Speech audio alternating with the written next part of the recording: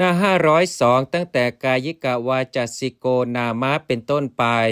อนาจารทางทวารทั้งสองต่างโดยมีฟ้อนและขับเป็นต้นชื่อว่าเล่นทางกายและทางวาจา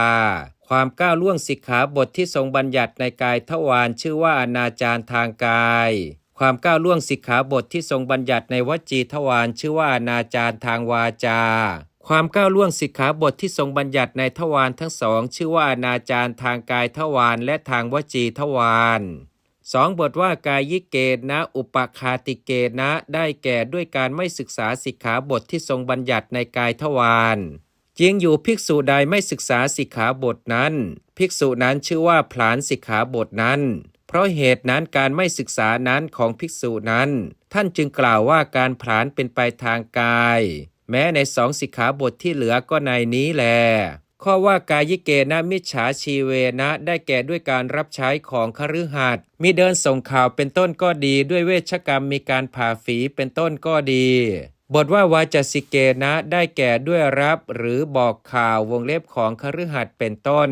บทที่3ท่านกล่าวด้วยอำนาจประกอบบททั้งสองเข้าด้วยกัน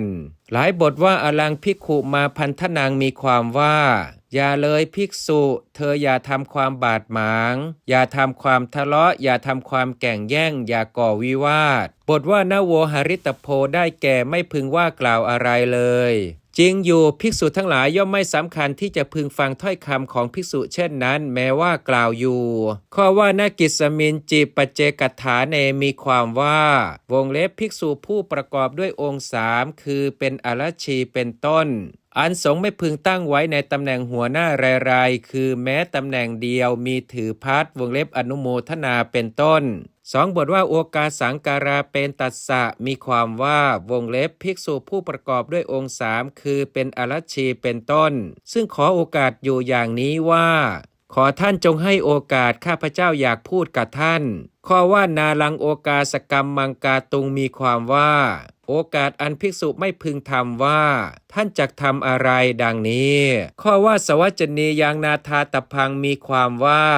คำให้การไม่ควรเชื่อถือคือแม้ถ้อยคำก็ไม่ควรฟังไม่ควรไปในที่ซึ่งเธอประสงค์จะเกาะตัวไป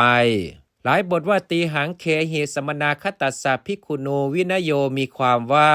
ภิกษุนั้นย่อมรู้วินัยใด